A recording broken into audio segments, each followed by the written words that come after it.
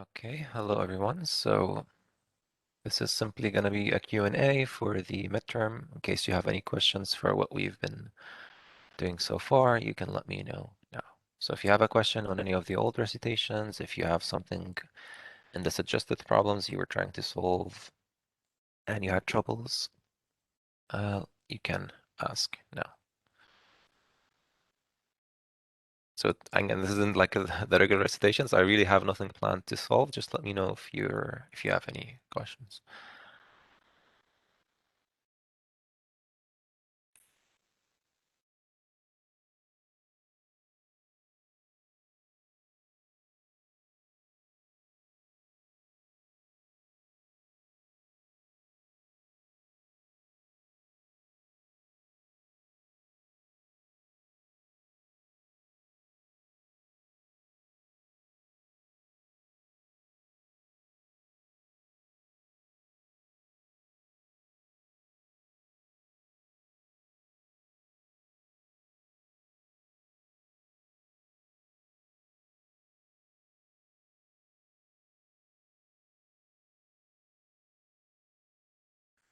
Is there anything you feel you need help with, like pumping Lemma, GNFA, Chomsky? If there's anything, okay, Mariam's typing something. All right.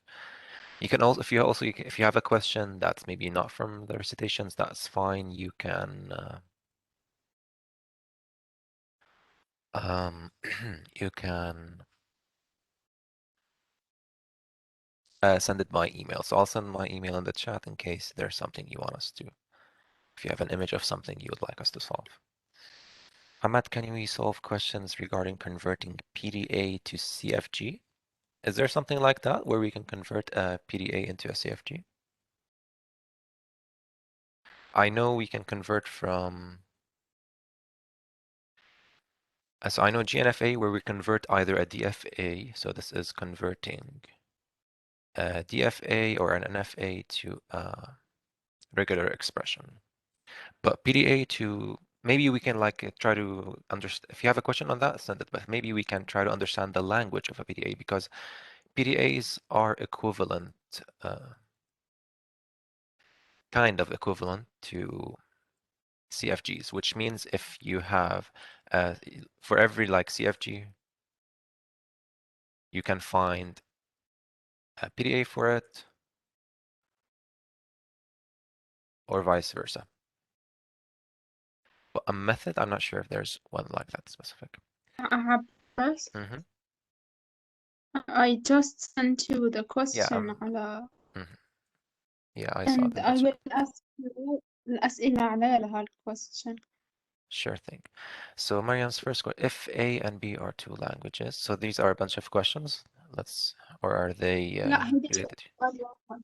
Okay, so I'm just gonna put here everything you asked. Okay, so this is everything you typed in. Okay, if A and B are two languages such that A is a subset of B, given that B is regular and M is the finite automata that recognizes B. Okay, I typed this again. Okay. So what's the question here? Okay, so we have two languages, Yeah. A and B, L1, L2, whatever. B is regular and M is the finite automata. Okay, and the question is? Okay, so can we say that W is a string in B2? So given that W, okay, so we have A and B are two languages, and A is subset in B. So say this is A and this is B. Given that some W is a string in A, does that mean W is also in B? Yeah, definitely. Because if you, as like it's two subsets. If W is in A is subset in B, definitely W will also be in B. طيب can we say that إنه if يعني بهالحالة M accepts W for any string W in A? Let's see. Such that A is a subset of B. Given that B is regular and M is finite. Okay, now two things. First of all, what you asked me here at the beginning, if some string W belongs to the language A, does that mean W also belongs to B? For this, definitely yes, since A is subset in B. But for what you're asking now, you're saying, let me know if this is your question. If M is the automata for B, right? You're asking me, does B also accept? Okay, so M here is the machine that accepts the language of B. If W belongs to A, you're asking me, does necessarily M will be able to accept W? Yes. That's a good question. Now, one thing, so the first thing that pops in my head, A doesn't necessarily have to be regular, right? We mentioned this before. If A is subset in B, just because B is regular, not necessarily that A also has to be regular. It could be, but not necessarily. Not any subset of a regular language is regular. Yeah, not necessarily, because imagine that B is everything, or B is A star, B star. It's all the sequence A's followed by B's. A could be A and Bn. So technically A belongs, or A is subset in B, right? A is where equal number of A's, equal number of B's, but B is everything. A followed by any B's. So B is regular, and A is not regular. But the question, if M is the machine that accepts the language of B that is regular, will it also accept W? I think so. The way we could prove that is assume the opposite, right? By contradiction. So again, the question, if W belongs to A, does M accept W? Assume not. So M does not accept W. But W also belongs to B, right? Since A is subset in B. So then M does not accept the language B. Why? Because we were able to find a string W that belongs in B, but you're not accepting it. So contradiction, because M is the machine that accepts language. Does that make sense? لا then لازم يكون الجواب true صح؟ Yes, so the question, exactly, it has to be true, because if it's not true, then M will not accept something that does belong to B. Then it's no longer an automata for it. طيب can we consider إنه M recognizes A إذا it accepts any string W in A؟ Not necessarily. Oh, recognizes. No, because a recognizer, I think this is. Okay, so the definition of recognizer, did you take this in Turing machines? Is that why you're asking for it? إيه هديك بالتورينج ماشين Yeah. بس So, مش ال finite automata should recognize a specific language. so recognizer usually means if W or if some string should be accepted, it will be accepted. This is all we know about the recognizer. If W should be accepted, it will be accepted. However, if W should be rejected, we don't know. It might reject, or this is for the future, it might loop forever. So we never get an answer. So a recognizer, again, طيب it should be accepted. So is M a recognizer for A? Yeah, like if A should be accepted, M will accept it. But it won't, but if it should reject it, it won't know. Like if I get the string 3A's followed by 4B's, this does not belong to A and Bn. So if you're making a machine for A and Bn, you should not accept this, but M might accept it because M is a recognizer for A and Bn. So if it should be accepted, like if I get two A's, two B's, it should be accepted, it will be accepted. But when it should not be accepted, we never know what happens. It might reject it, it might also accept it. Who knows? يعني جواب على هاد true لا. Mm. I just want to double check on this. If if a recognizer doesn't care about rejecting correctly, then yeah, it could be a recognizer for it. But if so, you have to double check for me that in how you took the definition for it. If a recognizer doesn't care what I do when it should be rejected, then yeah, it will be a recognizer. Do you understand my question? What is it? Yeah. Okay. بس في عندي like something عم ضيع كتير فيهم.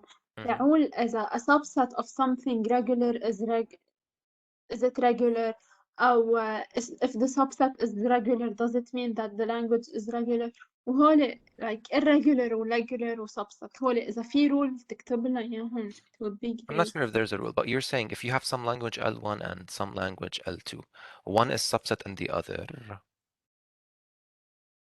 what are all the possibilities? Is that what you're asking for? Yes, yes. So we already mentioned before that. So let's see the cases. If L2 is regular, can we deduce something about L1? Like, can we deduce if L1 is regular or not regular? No, we can't, right? Because I'll give you two scenarios. Imagine L2 is everything, and هيك إشي L1 ما فهمي هلا عن هاي could be نطلع nothing, وقتي كان سؤال or تقولي yes, إنه ليك عم I تحكي can't لي hear. إليه عجلة قصدي everyone أوكي. You might be talking by mistake. Okay, so L1 is, if L1 is nothing, then hey, L1 is also regular. But there's a possibility that L1 could be something that's not regular, like we saw before. What if it's A and BN, right? And alphabet, we have the alphabet is AB. So L1 is nothing, but it is regular, or L1 could be something that's not regular. So we can't really deduce anything about L1. If we do it the other way around, though, what about if L1 is regular? Can we deduce something about L2? Now I'm saying they came in the suggested problems, this specific thing now.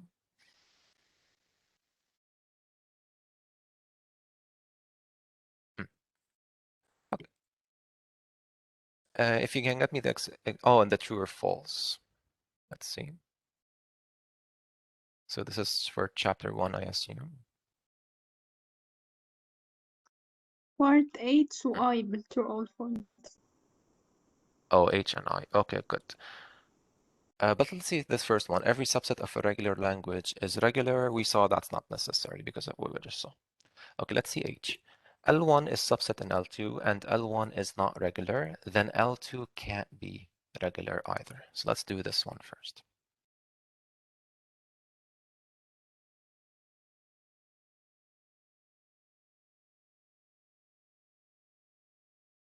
Okay, so we'll check the solution definitely, but what do you guys think? L1 is not regular, then L2 has to be not regular. False. Okay, if false, can you give me a counterexample? I need a bit of time to think about it. Sorry, Fatima, I can't hear you. Can you raise your voice? I said I need some time to think about it. Oh, yeah, sure. Okay, how about we do it together? So if you want to give me a counterexample, you have to give me some L2. Or first of all, you have to give me some L1 that's not regular. It's And 0 you to have to the give me power some L2 that is regular, and they have to be subset in each other. Can we do something yeah. like that? It's 0 to the power n, 1 to the power n as a subset of 0 star 1 star. So 0 and 1n is subset from 0 star 1 star. And this is definitely regular because we can make an automata for it real quick.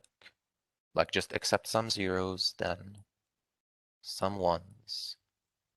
And you can make both of these accepting. So this is definitely regular. And itself, it's in the form of a regex. So definitely a regular expression is regular. This is not of the form of a regex, 0n, 1n. And this is not regular. We've seen it before. So yeah, this is going to be false because we just gave this counter example. Again, we gave some L2 that is regular, some L1 that is not regular, and it is subset in L2, which is the opposite of what they're saying. They're telling us if L1 is not regular, then L2 has to be also not regular. But that's not the case here. Okay, let's do the other one, then we'll check the solution.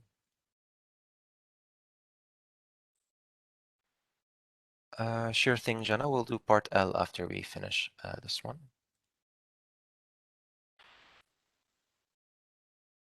Okay, so this is the second part.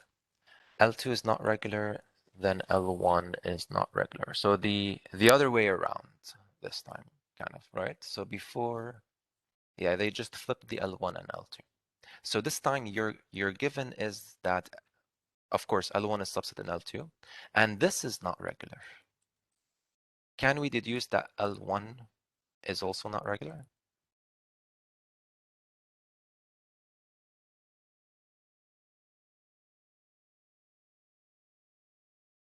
So for example, L2, some example for it would be AN, BN, or 0, and 1N. This is something that's not regular. They're saying if you can find something that's subset in it, anything subset in it will also have to be not regular. Does that feel like it's right or wrong? Also false. We Yeah, can it's false. we can Why? take a finite Yes, we can take any finite language that exactly. We it can accepts take any A and finite B. language. Like you can literally tell me, hey, L1 is just some string AB. It's literally the automata that only accepts the string AB. That's something finite.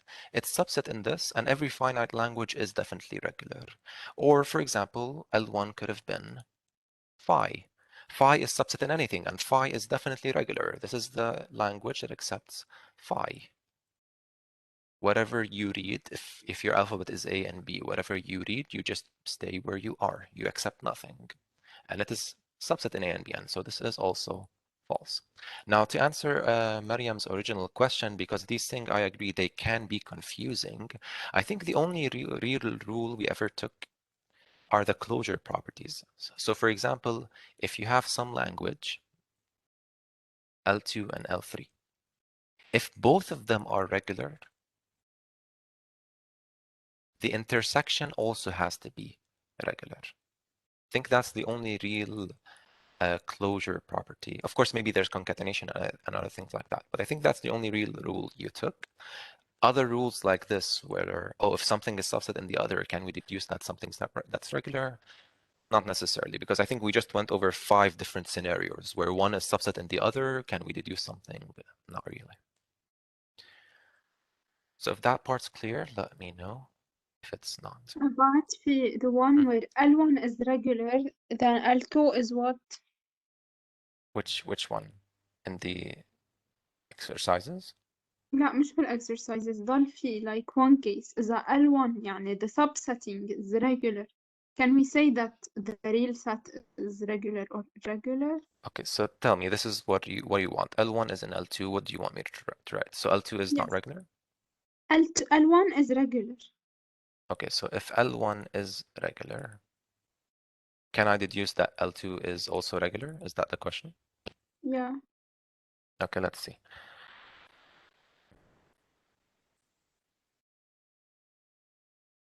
Oh wait, are you sure about this? You want L1 inside L2? لا I'm asking you, can we Yeah. deduce من خلال هيدا السؤال إذا L2 is regular or irregular?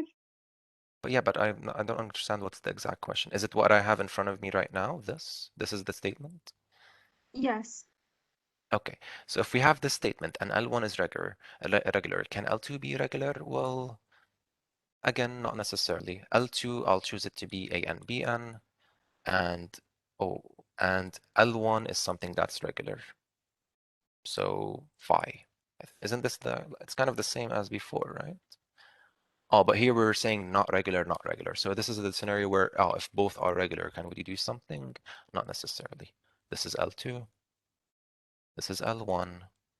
So I'm given that L1 is regular.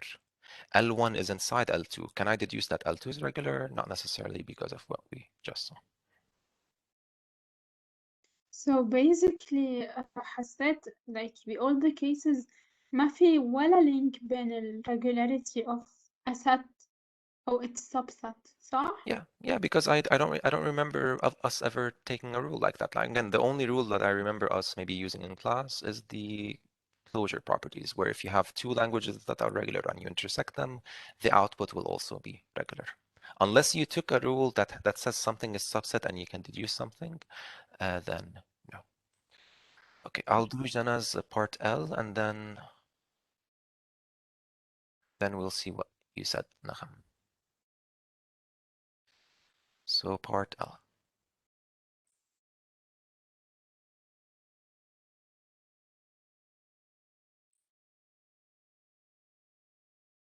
Okay.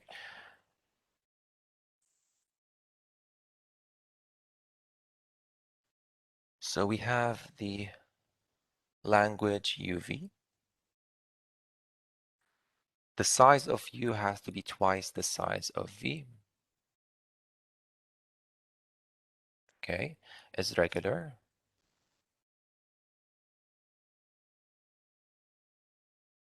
Okay.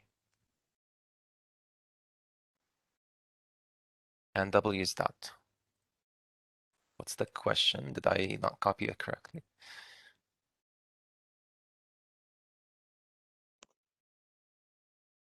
Okay.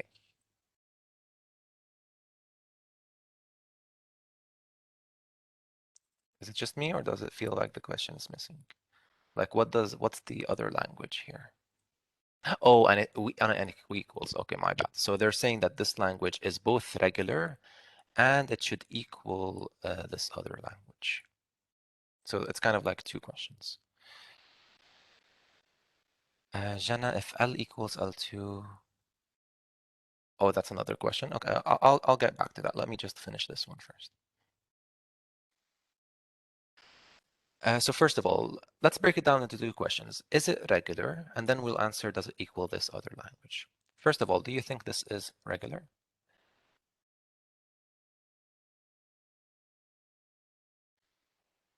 Imagine it's one big string W that you can break down into two different strings, U and V. They're saying that the size of V has to be twice the size of U.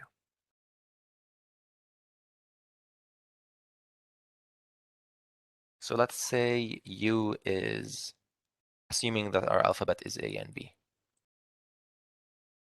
If U is AB, V has to be 3 times or twice that. So 3 has to be of size 4. So maybe AB, BB. Doesn't have to be literally it twice. Like the V doesn't have to be AB, AB. It's not being multiplied twice. It's just twice the size. Hamad is saying it's not regular. Why? Let's see another example. If U was only one letter, like A, V would have to be twice that. So for example, V could be BB. So the overall length of UV here is 6. The overall length of UV here is 3. And if U was 3 letters like A, V would have to be twice that. So V would have to be 6 letters like maybe BB, A, BB. So here the length would be 9. So Saad is saying, I can't memorize the size and compare. But are they really saying that? Notice, like, there's no relation between U and V. Like, they're not saying that whatever U is, V has to be those specific letters twice. Let's compare it with what they're trying to say here. Do you think it's the same language as this? Some W such that the length is 3K. So in the first part, they need any language that its length is a multiple of 3. Is that the case? Yeah, that's what they're asking. Do you think it's true? Like, is this language UV simply a language that length is multiple 3? Yeah, Re- if Yeah, it's that, if this is remember, the case, then it's regular. if it's the case, then it's regular. Yeah, because we've done this before. We were able to Yes. create a DFA where the length of it is a multiple of 3, right? Remember, it's the idea where we said remainder 1, remainder 0, and remainder 2. And Yeah. simply whenever we read something, like if I read AB, I go here, like kind of like a loop. And I'll only accept when it's multiple of 3. Like this is kind of it. But is it really that? I think so. I know what you're saying, Saad. Like I can't memorize the size and compare. That's true if you literally cut it into U and V. But I don't need to do that. I can do something like this trick. Like this UV is a complicated way of saying that, oh, the length of my string is a multiple of 3. Now this W that I wrote here, I was just writing some random string. I didn't mean it's the exact same W as this one. Let's check the solution. So we've solved 3 so far. That's a good time to check. So first, I think we solved H and G, and they're both false, so that's good. And now we were solving L. They're saying it's true. I have a So, question. so true meaning it's both regular, just a second, it's both regular and it does equal that. So if you read the description, okay. Essentially what they're saying is what we were trying to say. Like, oh, eventually it's another way of saying that the length is a multiple of 3. Yes, Mariam? Yes. So, if we were trying to prove that a language is not regular through the pumping lemma, Mm-hmm. okay. So, first we started by like taking S where the length of S is greater than P, and Okay. then we discovered that S is pumpable. It can be divided to 3 pieces, like satisfying the conditions of the pumping lemma. Mm-hmm. Now we can say that like the proof is not conclusive لأنه بعد ما وصلنا لمحل صح؟ Oh, you're saying if I wanted to use the pumping lemma to prove that this is wrong, right? Is that what you're saying? Yes. Okay, so let's try that. Let's try to do that for W because we just just mentioned that these are the same thing. They're the same إنه we language. So only reach mm, the part where it satisfies مثل the 3 conditions of the pumping lemma. no, the problem is when you pump up. That's when it breaks. So again, let's say my alphabet is A and B. Or to be just easier, I'll just use the A's.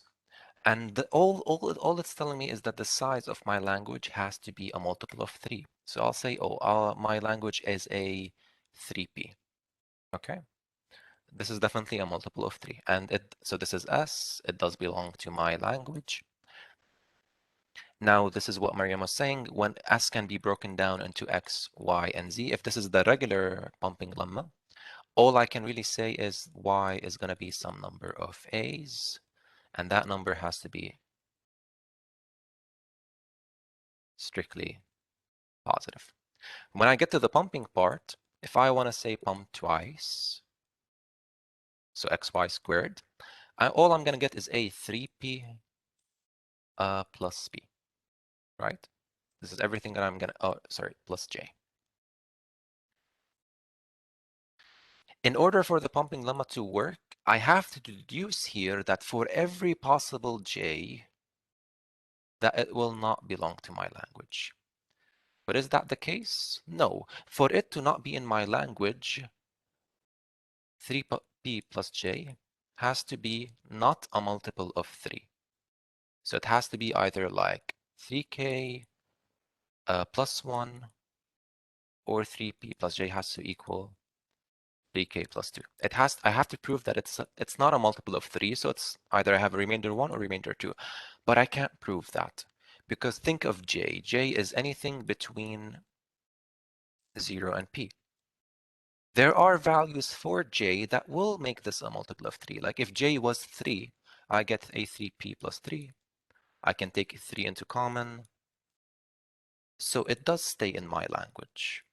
Remember, the whole purpose of the pumping lemma is when you pump up or you pump down, it's no longer in your language for whatever possible value of j. I know that there are some cases where it will work, but it has to be all the cases don't work. Or sorry, it has to be all the cases of j. It has to work that when you pump up, it's no longer in your language. Okay, so this is an older message from Naham. Let's see what she was asking. If an is regular, but an and bn is not. Maybe this was a comment on something else. أنا Oh. my question like was more like general عن ال pumping. Yeah. إذا I reached a point, okay, where S is satisfying the 3 conditions of the pumping lemma. Yeah. يعني هون we can consider إنه نحنا we didn't conclude anything أو A is regular أو the P has to be changed أو what. Remember, so you're saying the three conditions. What are the 3 conditions of the pumping lemma? This first one, it is the pumping. For it to satisfy the pumping lemma, it means you're telling me the 3 conditions are satisfied. This is the first one. This is when I'm actually doing the pumping. This is when I'm creating S prime and all that. So for it in general to work, yeah, for no matter how you pump for whatever value of I, it has to stay in your language for all the cases. If that doesn't happen, then it doesn't satisfy the pumping lemma, so it's not regular. Did I answer you, or is there still some confusion? إيه بس هون إذا it satisfied the 3 proofs يعني it's not conclusive ما وصلنا لمحل أو it's regular. Okay. Now I understand your question. Yeah, very good question. If it does, yeah. So the pumping lemma, you'll notice here I mentioned this. Where do we use the pumping lemma? It's used to prove that a language is not regular. Like I don't usually use the pumping lemma to prove that something is regular. I use it to prove that something is not regular. If I want to prove that something is regular, there are usually other methods. I try to make a DFA for it or an NFA. I try to come up with a regular expression and so on to prove, or maybe with direct proof. Maybe I can use contradiction, etc. So to prove something that is regular, I don't think we usually use the pumping lemma to do that. If there's a way, maybe there's a way, but I haven't used it personally. Saad, sure, you can send it my email. I'll send it again in the chat.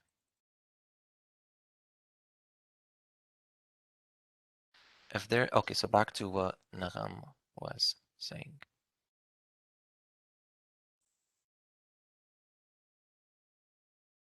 So if an is regular, but an bn is not.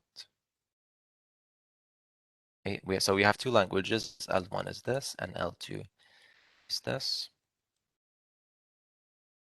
هون كانت عم تعطي answer نغم ما كانت عم تسأل. Yeah, I understand it was an answer, but can you remind me what we were trying to say, Nagam? Because this might not have been a correct answer. Yeah, we were talking about the subsets. Yeah, so if L1 is subset in L2, this would not be a correct answer because if I remember correctly, so you're trying to tell me that L2 is regular, or sorry, it's not regular, and L1 is regular. Here, L1 is not regular. A to the power n is not regular. Why not? It is regular. This is just some number. This is as if I'm saying A star, right? So it is regular. No, but it has to be equal to n. Which one? شو إذا So we have to have exactly. Are you talking about n L2 A's. or about L1? No, about L1. Not necessarily. You have to. N is arbitrary. So L1. This is how we write it. L1 is an such that n is greater than or equal to 0. Then you have another language L2, which is an bn such that n is greater than or equal to 0. These are not the same n. The n that you're using in this language doesn't have to be the same n in this Oh, language. okay. If it makes you feel better, we can write this as m instead, but it doesn't make a difference. You can write whatever letter you want. Okay. But again, back to Nagam's answer. If the question was, say, L2 is not regular, can I deduce that L1 is regular? Like one of those combinations. It doesn't really matter. But this is not a good counterexample. Why? What is the premise saying? Saad A and B have to be equal. That's not the problem. They are equal. A and B n, it means they are equal.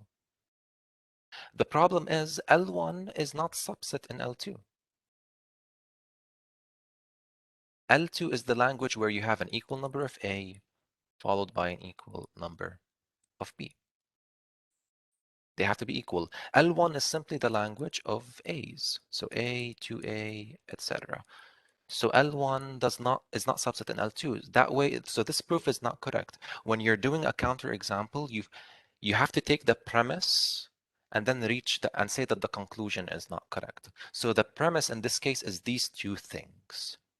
You have that L1 is subset in L2, and you have the other information that L2 is not regular. This is what you have.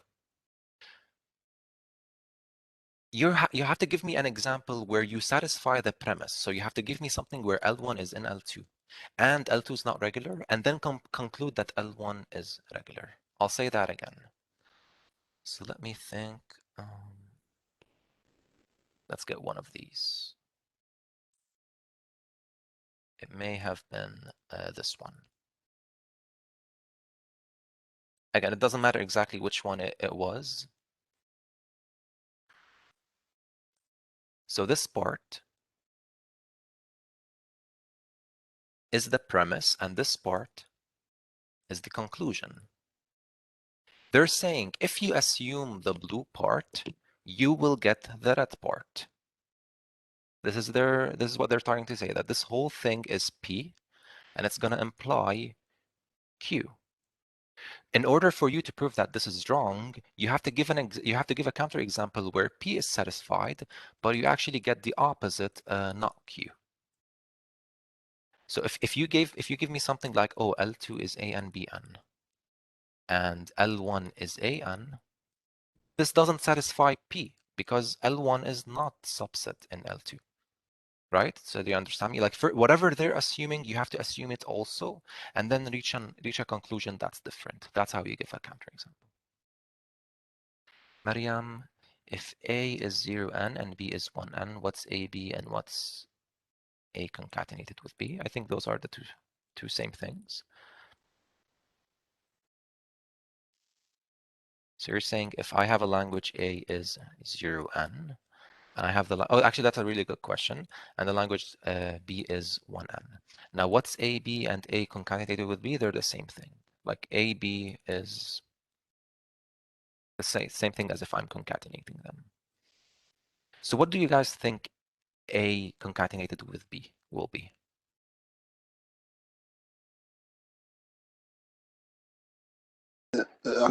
According to our rules, that Mm-hmm. if you can concatenate any two regular language, you must get a regular language. But here, it's not the case that both n are the same. Thank you. They're not the same n. It might feel like, and when I concatenate it should be, oh, right away 0n, 1n, but that's not necessary. It's actually what Saad's saying, which is A concatenated with B should be 0n, 1m. They don't have to be the same. Why does this happen? Well, what is exactly A? It's nothing. If we assume that n could be greater than or equal to 0. It's nothing. It's 0, 2 zeros, etc. What is B? Same thing, but with ones. Nothing, 1, 1, 2 ones, and so on. When you actually concatenate them, what you get is all the different scenarios where you concatenate one from A with everything here. So epsilon gets concatenated with everything. That's one case. So essentially, when epsilon gets concatenated with everything, you get B again. Then there's the scenario where you can concatenate 0 with everything. So I get nothing, I get 1, 1, 1, etc. This is for epsilon. Then there's when I concatenated 0 with B. So I get 0, 1, or 0 alone, 0, 1, 1, etc. Essentially, it is 0 star 1 star, or 0 and 1m, and n and m are different. There's no relationship between them. Mariam, even if in both they indicated n is greater than or equal to 0? Yeah, because again, they don't have to be the same n. Yes, I'll check it in a second, Saad, but they don't have to be the same n here, right? Like I just told you how literally it happens. This is A and this is B. When you concatenate it for the first language with the other, you grab every element from the first language and you stick it with every element in the other language. So epsilon, I stick it with all the different ones. I get this part. Then the 0, I stick it with all the different ones. I get this part. Then 2 zeros, I'll concatenate it with everything else, and so on and so on. Okay.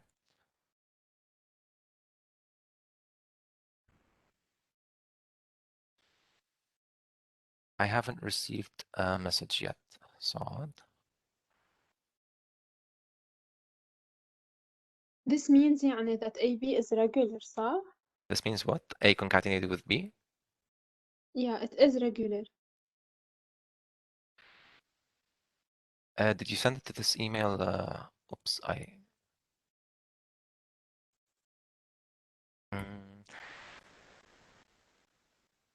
Yeah, please. Let me just send it again because I think I sent it with a comma.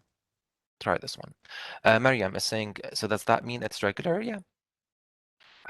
You can verify for this for me, but I think there's a rule that says if L1 is regular and L2 is regular, the concatenation is also regular. You can verify this for me. Because this is simply what? If we want to think of it in the abstract sense, say you have machine M1 that satisfies L1, and you have machine M2 that satisfies L2. Simply for the accepting states here, you'll send an epsilon transition to the start state of M2, and you'll essentially what you'll get is the concatenation of both languages. So you'll get hey L3, which is the L1 concatenated with L2. But do double check this for me, even though I'm pretty sure it's correct. Okay, I think now I got your question, Jana. Sorry, Saad. I'm saving it.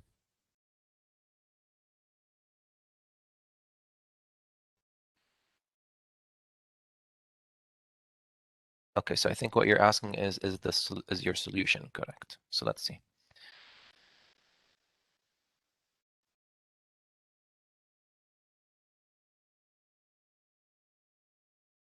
So many Word documents open. No, stay closed, you. Okay.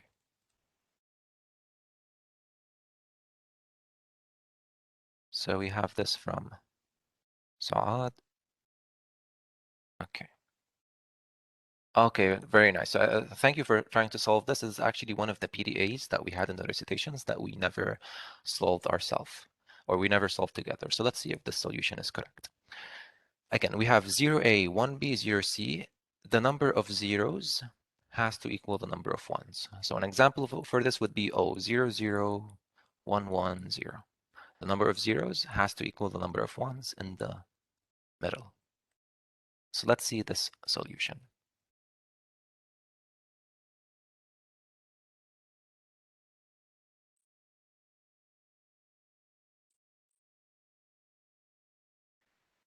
Okay. So step 1, as always, we want to push the $sign to make sure there's no problem there.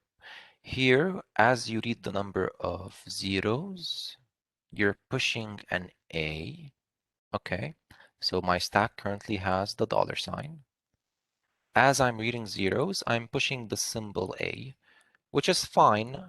If I read a 0, I don't have to push a 0.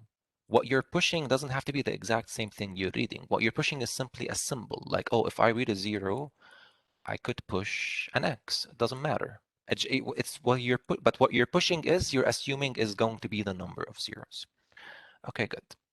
Then a free transition to this other state. Now, when you read ones, okay. So this might be the issue. When you read ones, you're popping an A and pushing a B. You're saying you're removing A and B. And when you read a 1, you pop nothing, you push a B.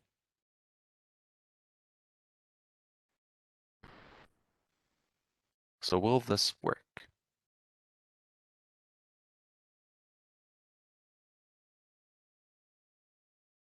It might. It might because this is an NFA. I think up to here, everything should be clear, right? So the real beefy part is here in the middle. So if anybody didn't understand what was done previously, let me know. Otherwise, let's focus on this part. What's being said is, if I read a 1, I'll pop the A and push a B. Or if I read a 1, I'll pop nothing and push a B, which sounds weird because like I have 2 options. It's possible that right here, I've pushed the 3 A's because I read 3 zeros. And now I read the 1 and I'm pushing B on top of it. It's possible. So I think I should pop A when reading 1,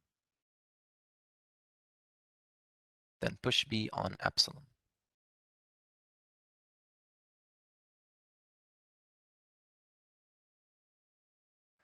I think I should pop an A when reading 1. Yeah, my problem was going to be that why are you here also pushing a B?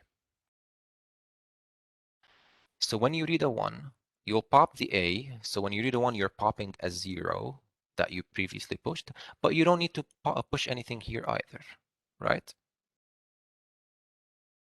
So let's re-put this here.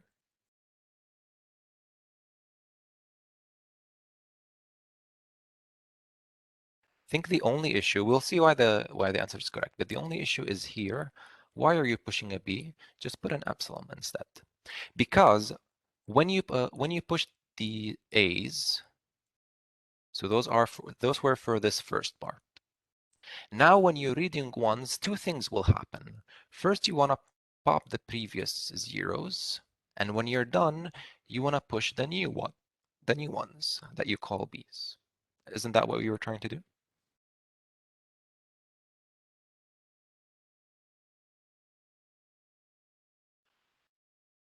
Because when popping on A on 1, you're doing B minus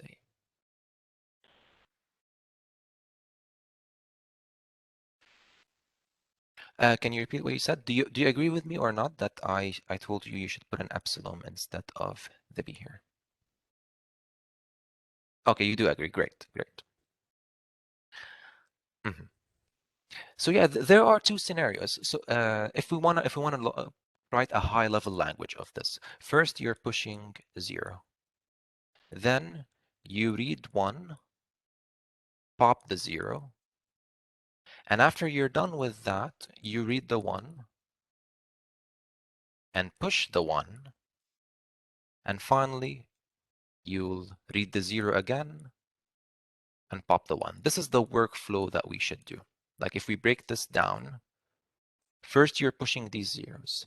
Then for the ones, they have 2 jobs. First, they have to pop the previous zeros, like the first, say, half. Then the other half has to be pushed, so they are later popped by these zeros. So this is what you did here. Now, the only thing that might sound confusing, so let's take the example 0, 0, 1, 1, 1, 0. The only thing that's confusing is there's a possibility where you push $. These 2 zeros are pushed as A's. This one, since you put them in a loop here, there's a possibility where instead of popping the A, you'll just push a B on top of it, right? Isn't that a possibility? And then when you read these ones, maybe you'll also push a B on top of them. That's a possibility, but that's okay. Like this route won't work, but there is a route that will work. That route is when you correctly first pop all the A's, then you start pushing the B's. It's the only confusing part, to be honest, is when I keep saying A's and B's. But other than that, it looks good to me. You just had to fix this part. No problem. So real quickly, I'll just mention the solution again. Step 1, pop nothing, push nothing, or so read nothing, we just push the $sign. Then here is the area where I read the 0 power A. So when I read a 0, pop nothing, I'll push a 0 just so it's easier for me to understand. When I'm done pushing the zeros, I'll go to the area of the reading ones. So 1B. So what Saad said here was, hey, if you read a 1, pop the B. Oh, now I'm saying B. If you read a 1, pop the 0 and push nothing. So this first statement is popping all the previous ones. It's popping the 0 A's. Now, when I read 1 again, so when I'm done popping, I'll start pushing the ones. It's weird that both of these statements are on top of each other, but that's fine. It will work. This works, but if it makes you feel better, we can break it down into 2 different parts. Like first, I'll pop ones. Again, what Saad did was correct, but this may be better to understand. So first we pop the ones. Then I go to the area where I start pushing the ones. 1, nothing, and push 1. Then I go to the area of the 0C, where I want to pop them. Like I'm reading them and I'm popping the previous ones. So read 0, pop the ones, push nothing, and finally, if there's a $sign, I go to the exit. Let me just double check what you did at the very end. If you read a 0, you will pop the B's. Then you go here. Okay, looks good. Looks good to me. The only thing that I did different, even though the previous was correct, the only thing I did different was split the work here. Instead of doing them in just one state, I separated them like that, even though it's the exact same thing as before. And not the exact same thing, but like we'll get the same solution. Okay.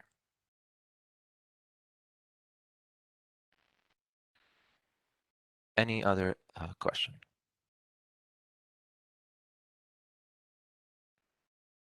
Ufran, can we solve a question about CFG and designing a PDA for a grammar from set to exercise 1, just to know?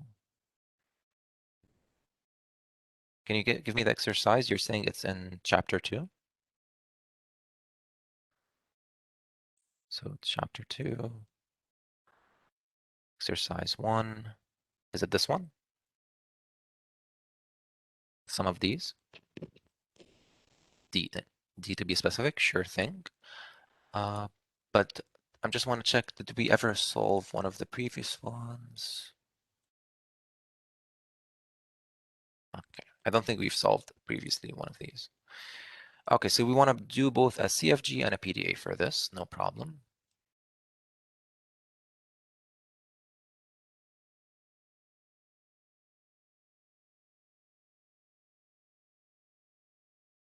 For this part.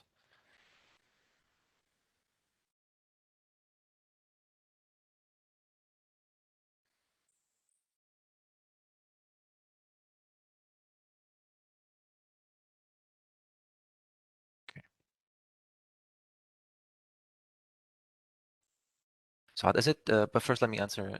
Saad, is it true that every CFG generates one CFL? What is CFL? What is a CFL? What is the else? Context-free language, is that what you mean? But a context-free language can have many CFGs that generate it.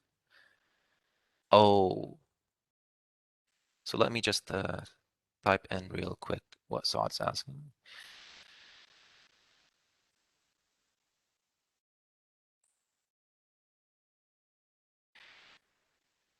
Is it true that every CFG generates one language, one context-free language?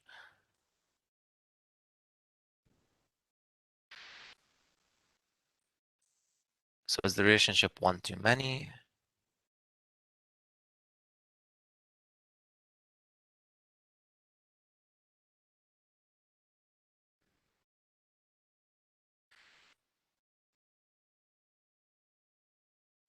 Now, first of all, so there's two directions, right?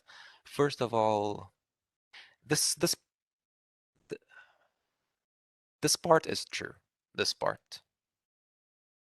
If you have a language, it can generate many CFGs, right? Like say my language is ANBN.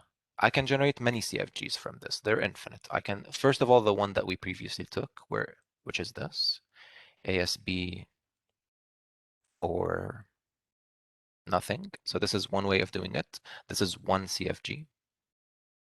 Another way of is, remember we did the Chomsky for this in one of the recitations. Like if I try to do the Chomsky format of this, I'll get a different CFG, but it still generates the same language. So I could do something else. I could, yeah. So just try to do the Chomsky form and you'll get a different CFG, but it still does the same language.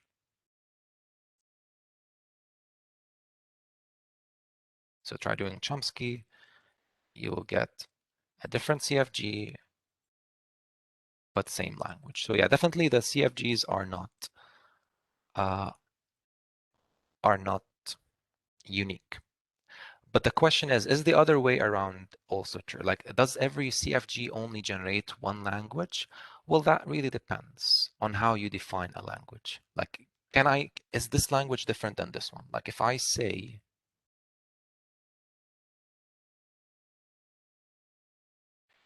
these two things, if I have a language called ANBN, and I have another language that's called ANBN union, say, A and B, like just the string AB. I know this is, so this is L1 and L2. I know that they're exactly the same, L1 and L2. Right? They're exactly the same. But does that mean since I wrote them differently, they will be considered different? So that's the question. So definitely every CFG only has one language, but if you say you can write their language different, does that mean they're different languages? If you say yes, then yeah. If you say no, like you can only write it in one way, then this statement is true.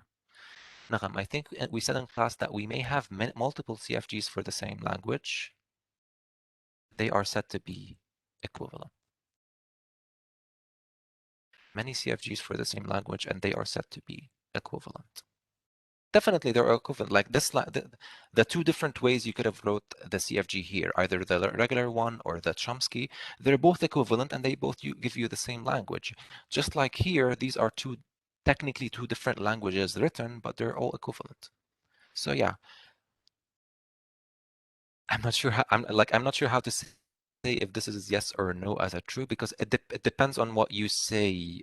If you want to say that L1 and L2 here are different language, like they generate the same language, but since I wrote them differently, does that mean they're different? So that depends really on the context of the book.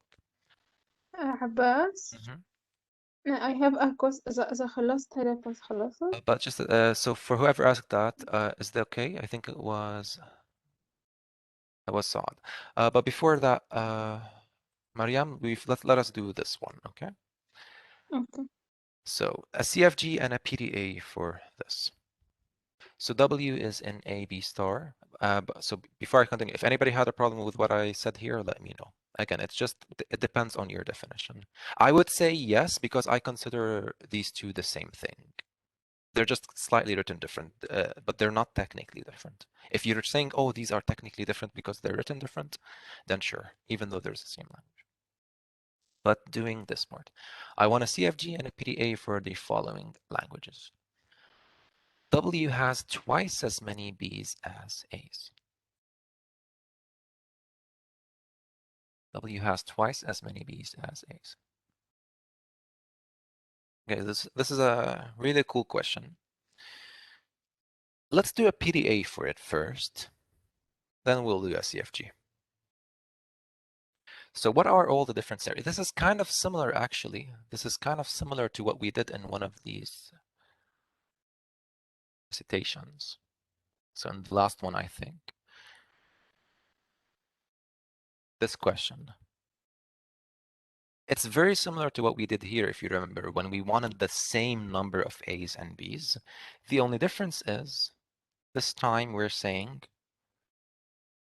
we want twice as many B's as A's. So what are all the different scenarios? Say we'll try to solve it similarly like we did that one, where we'll go through the workflow. If I read an A, what's the possibilities? I could have my stack is empty, so in this scenario, I'll just push the A. Scenario where, oh, I already have an A, so I'll also push an A.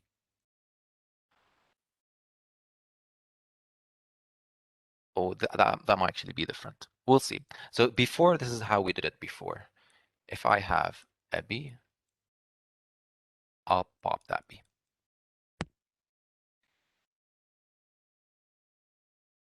But if W has twice as many B's as A, what happens when I read a B?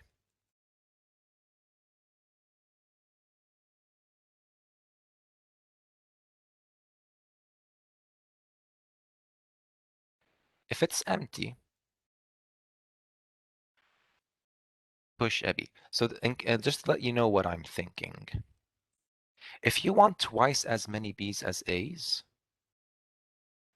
so let's maybe it would have been better if we first did an example, actually, instead of right away trying to think. So let's first do an example. What's a string that should be accepted? BBA, right? And I'll add an A here and I say BB. BAB. W has twice as many B's as A's. This works, right? Because I do have twice as many B's as A's. I have 4 B's and 2 A's, so there's twice as many. So what should I do?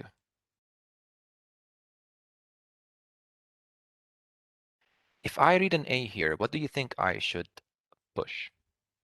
Sir, can we push 2 A's instead of 1 whenever we read an A? That's definitely what we should do.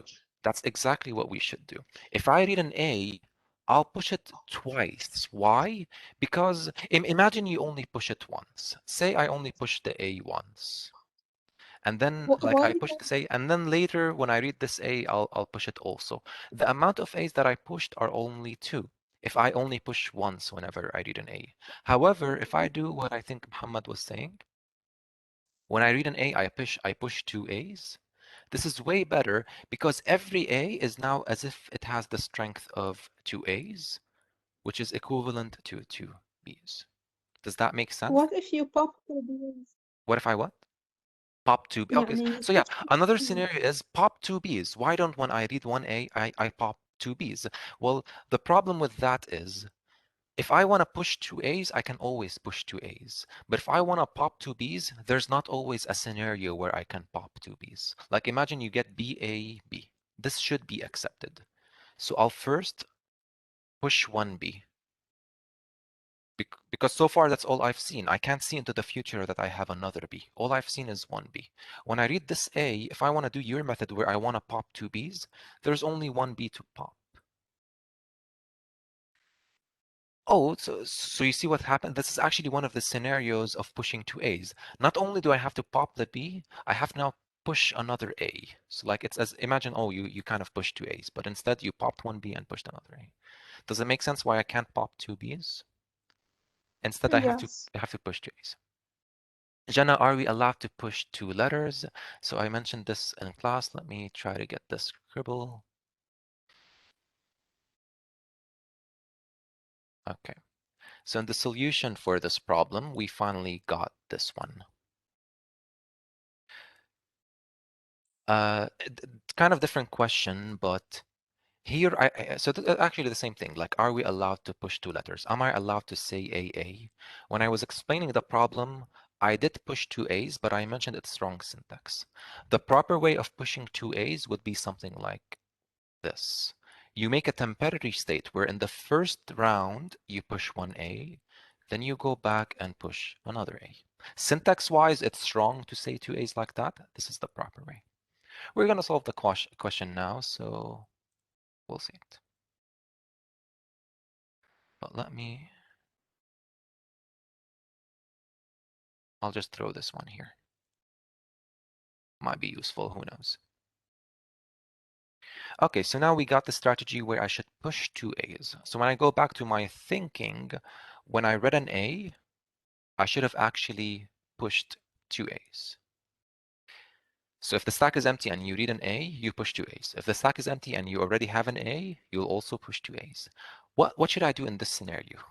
So there's actually two extra scenarios. If I already have, or actually, no, actually, my bad. Only one. Only one? No, 2 more scenarios. If I have 2 B's in my stack, I should pop both of them because every A is equivalent to 2 B's. So if I read an A here, I should pop 2 B's. Or there might be a scenario where, oh, you only have 1 B. So this is what I was saying before. You pop a B and you push an A. Is there any confusion on the A reading part? You always want to push 2 A's, but there might be a scenario where you already have B's. If you already have 2 B's, pop both of them. If you only have 1 B, pop it and push an A. Great. What about reading the B's instead? Okay, if I read a B, I'll push 1 B. So every B is equivalent to simply 1 B. Oops. Okay. Then there's the scenario where I already have a B. So I push it. And finally, oh, if I already have an A, should I pop here 1 A or 2 A's? Like if I have 2 A's, should I pop both of them or just one? What do you think? Just one.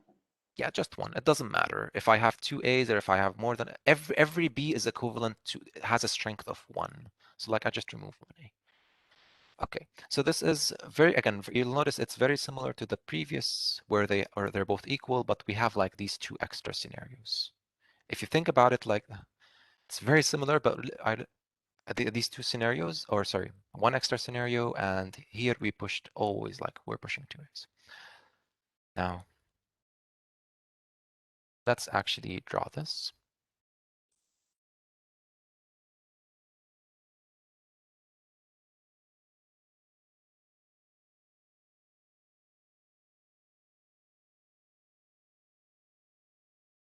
Okay.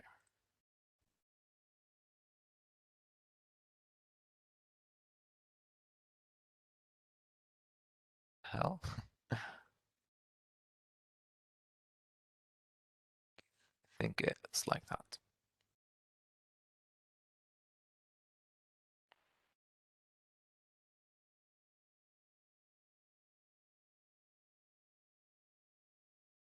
Okay, I tried to sneeze, but it wouldn't come. Let's solve this. I'll push first a $sign. So read nothing, pop nothing, push a $. And we're gonna do everything like before. It's enough to just put them in one big loop here. And finally, if I read a $, I'll go to the accept. If it's confusing why I'm doing this, you should have really like tried to do this exercise with us or revise that recording because again, it's very similar. So those who revised this question, this might not seem convoluted. So what are the scenarios? I'm going to actually do the B's first because they're easier. So if I read a B and there's an A, I pop it. Simply don't do anything else. So to answer Jana's question, are we allowed to push two B's? For this second part, if there's already a B, I should push a B. Jana, do you agree with me that this makes sense? I'm not saying is it correct or not syntax-wise, but does it make, does what I wrote here now make sense? If I read a B and there's already a B, I should push two B's. Does it make sense why I want to push here two B's? Yeah, exactly. Because if I popped a B, that means it's gone. So I have to push back the B that I popped, and I want to push a new one. But I can't write it like that. The correct way of writing it would be like this. Exactly, we split it. So I'll go temporary here. Oh, I'm reading a B, and there's a B. Push that B that I popped. Then I go back, read a B, or read nothing, pop nothing, and push a B. And actually, I can not only go when you want to push this B, also when you want to push this B. Like if you read a B and there's nothing in your stack, so $sign, push the $sign, and when you go back, push a B. So we're done with the B part because it's exactly the same as what we did here. Like if the red part here, or maybe the blue part, whatever it is, it's very simple. I may actually have made a mistake here. No mistake, never mind. Okay, let's now do the A part. I'll do it in red. When I read an A,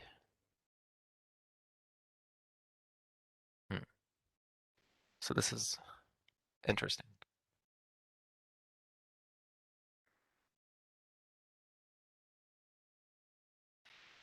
The important thing is that we understood the question.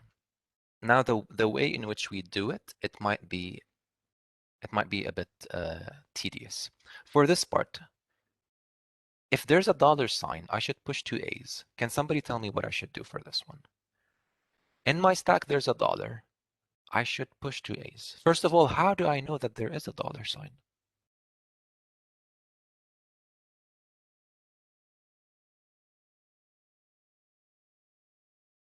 Pop a $sign and then push it. Exactly. I read an A, I pop the $, I push it back. However, I can't go back right away and like say, oh, I push only one A. That's not enough because we all agreed I have to push two A's. So that's not enough. I actually have to make another temporary state where I read nothing, pop nothing, and push an A. And then I go back, read nothing, pop nothing, and push an A. If it's the first time you're seeing this, it might seem weird, but it's exactly what we did with the B, but instead of having one stop, I need two stops. Because, okay, first I have to push the $, that I popped. Then I have to push one A, then I have to push another A. Same thing for the second part. I'll also go on this journey if I read an A, and there's already an A in my stack, I'll have to push back the A that I popped, then push one A, push two A's. So it's actually not that impossible. So we only have two things left. How should I do the third one? If I already have two B's. And actually the third and fourth one might be kind of joined together. Because first you'll pop one B. So it's actually really cool. What do you think we could do here? We So can I'll help pop you B. out. I read an A, sorry, I read a B. What am I doing? I'm reading an A and I'm popping a B. What do you think we should push? Or do we push anything? say we don't want to push anything yet, because I can't really push anything yet. Do you agree? If I pop one B, what's next? Do I have another B I want to pop, or is my stack now empty? When I read an A and I pop a B, what's next? Should I push a B, or sorry, should I push an A, or should I pop another B? I don't know yet. So I'll say I won't push anything yet. What do we do here in this temporary?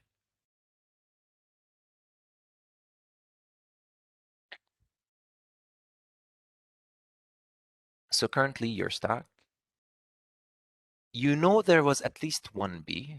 You don't know if there were two. Say there were two. You pop the first one. Now what do? You want to pop the other one. So okay, I pop the other one. Sorry, so I read nothing, pop a B, and push nothing. Where do I go in this scenario? Read nothing, pop a B, push nothing. Where does this take me?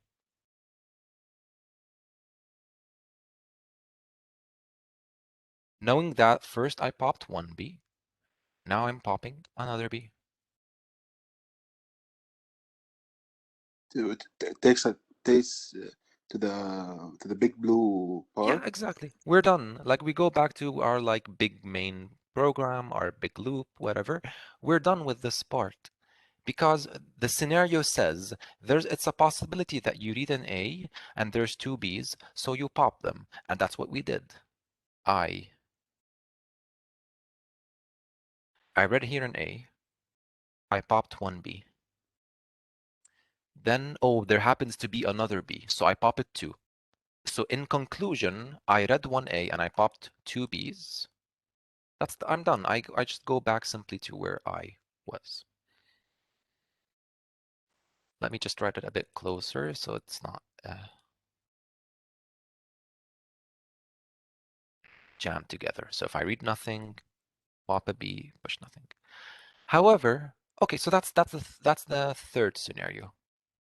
What about the fourth scenario? If there's only one B,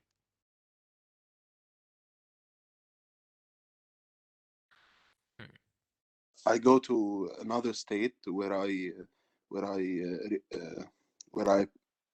pop it other than push it. Then I push an A and go back to the big loop. then I push an A. Sorry, could you repeat? I wasn't very focused with you. Can you repeat? So if we popped one B, then it means that we have a dollar sign left. Exactly. So I have to check. Then we pop the dollar sign and then push it. Okay, so how do you think we could use the state to do that? Like I already popped one B here.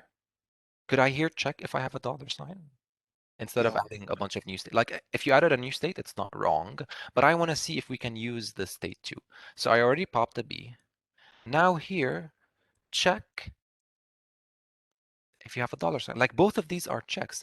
And this first one, you're checking if there's a B and you pop it. Here, you're checking if there's a dollar sign and you pop it. So if there's a dollar sign, what do I do? What do I push? A dollar sign. Push back the dollar sign. Where do I go to? To the loop, like we loop on ourselves. If you don't want to make an extra state.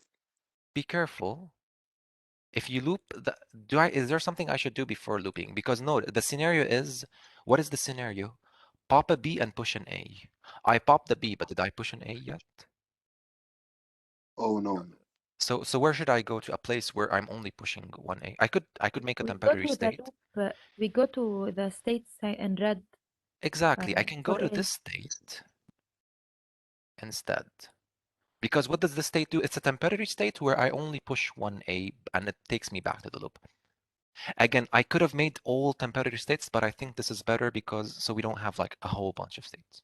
So all I really needed to do was this orange part. To solve the last scenario, I needed just this orange part where, okay, do I have a dollar? Push back that dollar, go here, push only one A because I already popped a B. And I think, I'm not sure about this, but maybe instead of the orange part here, I could have written it here. I could have said if I read an A, I pop a B and I push an A. Maybe I could have done it here, and maybe it would not have messed things up because of non-deterministic and all that. But I'd like to be safe and just do what I did down there because it makes more sense what I did down there. What I wrote here could work, but it's a headache to check if it will work. So hey, this one is more efficient anyway. And are we done? I think so. I think these are all the different scenarios that we had to do. But how did we reach this part? Like how we're able to reach the solution? First of all, we did an example. Notice learning from my mistakes. Right away, I tried to come up with a solution by writing the flow of work, and I hit a wall. So first we went through an example. Through the example, we knew that, oh, we should push 2A's. We also knew through the example that, oh, popping 2B's wouldn't work. Then we did our flow. Then we translated this to an actual PDA. And of course, it helped that we did solve something similar before using that one. Okay, I know we have to do a CFG for it too. First, let me get this question so it's not confusing. So this was for this part. And recitation 7, similar question. Similar, simpler question. Okay.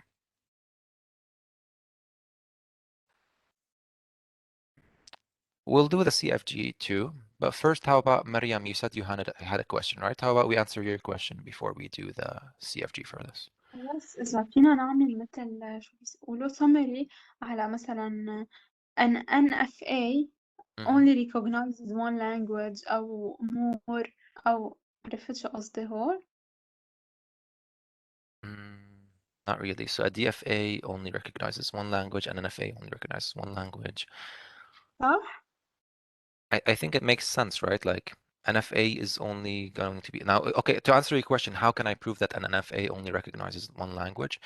I'm not sure if this is a proof, but a method, maybe we could do a GNFA for it. Because a GNFA will turn an NFA. So we did this at the start, right? So a GNFA is a method of converting a DFA or an NFA to a regex.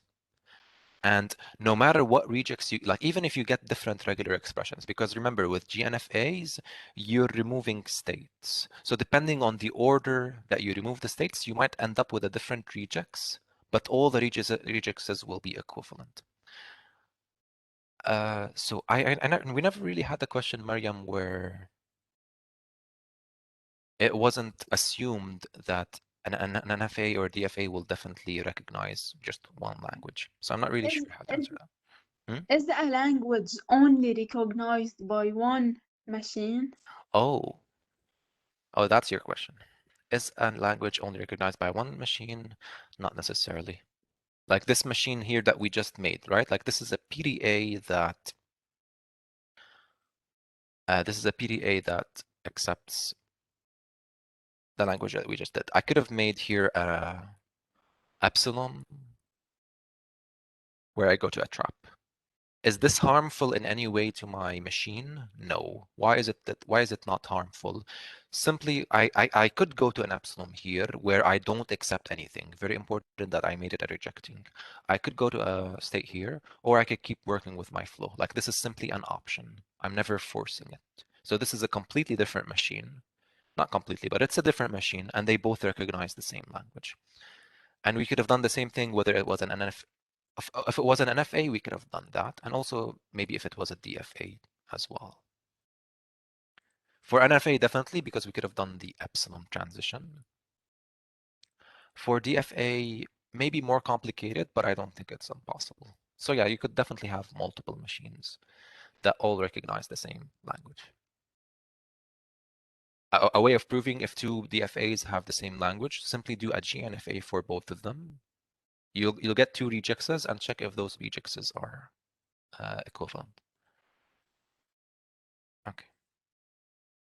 Unless there's another question, let's try to do a CFG for this, which I'm not particularly excited to do it because it might seem a bit tedious. Not tedious, but with CFG, because you just saw that the DFA was a bit complicated, right? So the CFG might be equivalently complicated in the CFG format, and in CFGs it's a bit harder to check for mistakes. Okay. But actually, we got an idea here, right? Like whenever you read 1A, you should push 2As, or for every B, there's 2Bs. Yes, dear, what you're saying? Yeah, my first question in the citation was how to convert from PDA to CFG. We have that was my question. Can we do it that way? Like convert our PDA into a CFG, the PDA we just did? Because in chapter 2.3 we have like a method. Really? Let me. Do you remember what the method is, or what was it saying? I'm trying to get it from Moodle. Yeah. First, like if we have a PDA that has more than one accept states, we do absent transitions to only one accept state. And if like we have a PDA that accepts on a full stack or not an empty stack, we change it into PDA that accepts only on an empty stack. And then for the transitions, we have to have only simple transitions where either it's a pop or a push. We can't have a replace transitions. 2.3 you're saying, right? Yeah. Okay, interesting. Let's see here.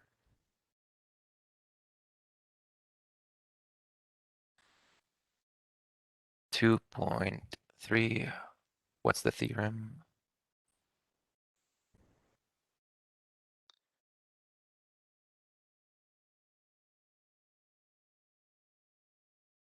Okay, no, go down a little bit. Okay, that's here. Yeah. Okay, suppose if it has exactly one accept state, call it F. If it has more, we can construct equivalent PDA. Yeah, exactly. So this first step is similar to the GNFA, where if you have multiple accept, just make them go to one accept state. P accepts a string with an empty stack. Make sure to empty the stack before accepting. Yeah, definitely. So,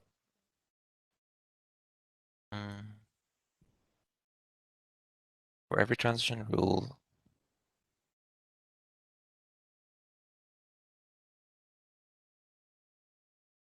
okay.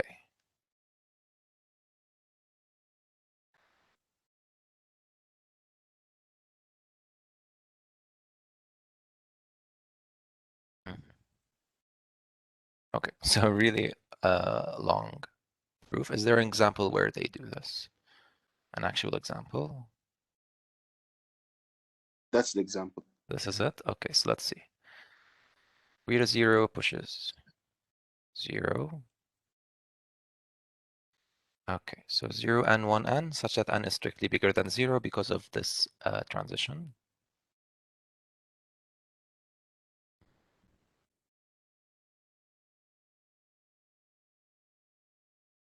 Okay. To be honest with you, I'm not familiar with this theorem. We'll double check with Dr. Wadia if this is included for the exam. If we have to like know how to convert from a PDA to SFG, maybe I'll make a video for it where I solve the problem that you're saying, and you can review that. Because honestly, I don't know this theorem, so I have to like go through it, understand it, so I'm able to solve it for you. Okay, thank you. Deal? No problem. If I'll try to send Dr. Wadi an email, or if somebody can send, and then let me know what he says. Okay, let's go to this part. But your question is really important. Like we should know that if we do need to know that. But back to here.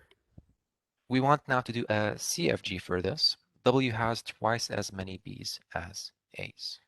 How could we do that? Now, so I'll start with my S variable.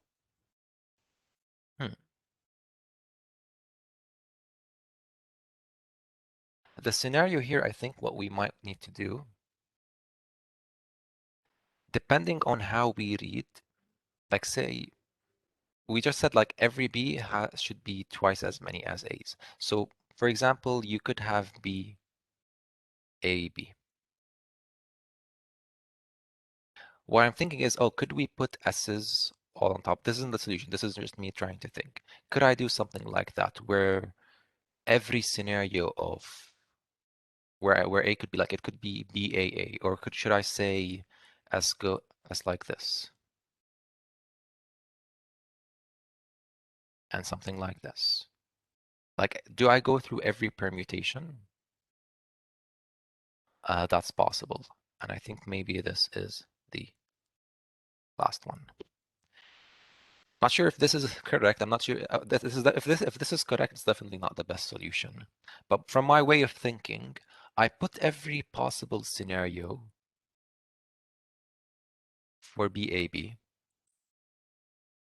and I put S's all over the place because, oh, in between this B and this A, this S could be replaced by something that also gets replaced.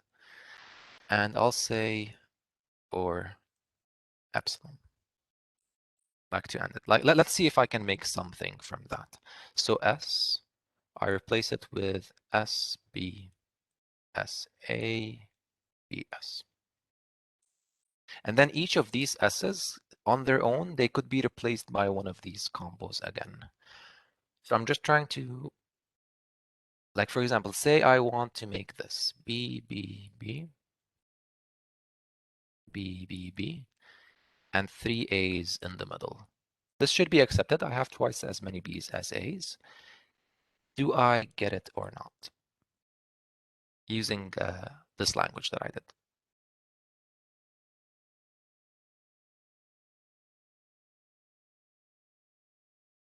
Could it work?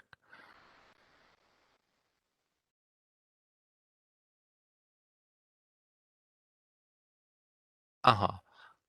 So then this S, so imagine this S, I don't want it to be anything. This S, I don't want it to be anything.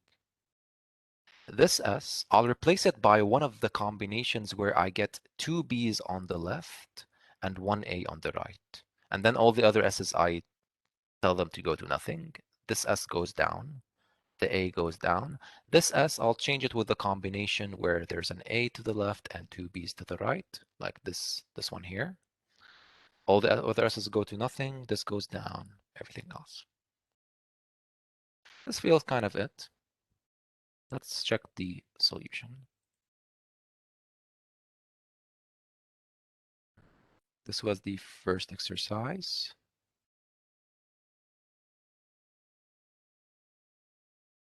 Or part D.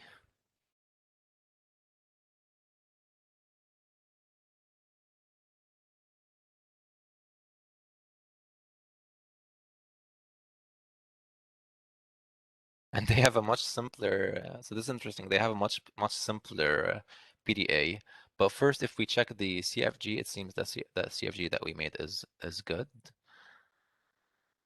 So again, the way of thinking is there are 3 different permutations that I care about: ABB, BAB, and BBB. Those are the 3 scenarios, and I just plugged in S everywhere, so I can replace it with whatever I want. But why is this much simpler than what we did? So what did they do? Push $1. Then, if they read a B, they'll push a B. If they read a B, they'll pop an A.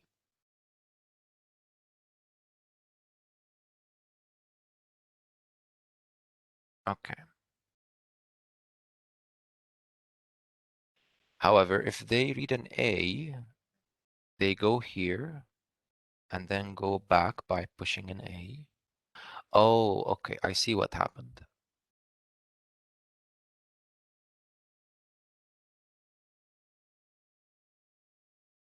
And if there was a B, okay. So essentially what I think what happened here, so in our solution, you could technically say that our solution is pretty efficient. Like we're taking care of every case possible. Like it's almost as close to a DFA in the deterministic sense, because I think The paths, we don't have a lot of possibilities for the paths. But what they did,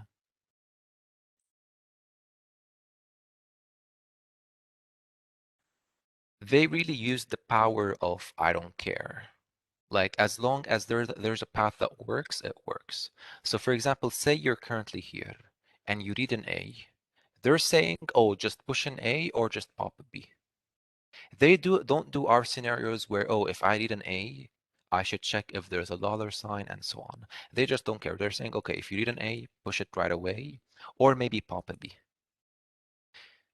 And then they go back. And there's a possibility where they might already have B's on their stack and they're pushing A's on top of them, but they don't care. So this way, so this is like the optimal solution.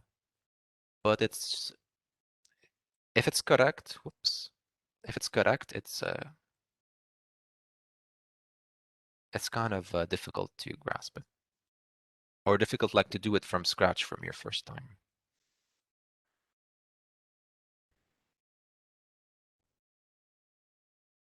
Okay. So solution from suggested problems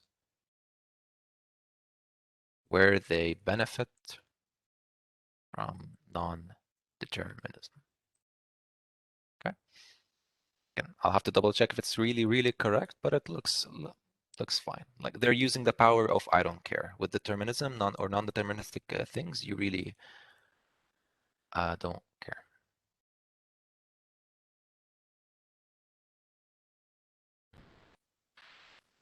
So it would seem actually that CFG was not that difficult after all.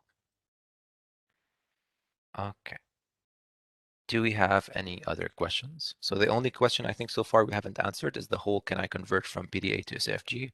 We'll double check if that's required and maybe we'll do an example on it later. But do we have any other questions?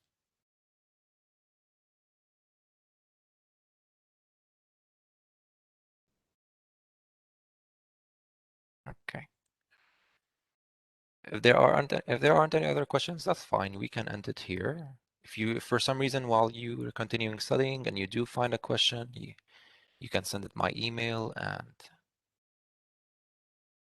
we'll answer. I'll try to answer you by email. Okay, are we good? No problem, Gafran. See you guys. Oh, just one question from my side. Is there a specific time for the exam? Like all I know is it's on Thursday. Has the time been specified or not yet? I think Yes, it's it's from at 5 to 5. 7. From 5 to 7? Okay, deal. Thanks. Okay, see you then on Thursday and good luck. Bye. Thank you. No problem. See ya.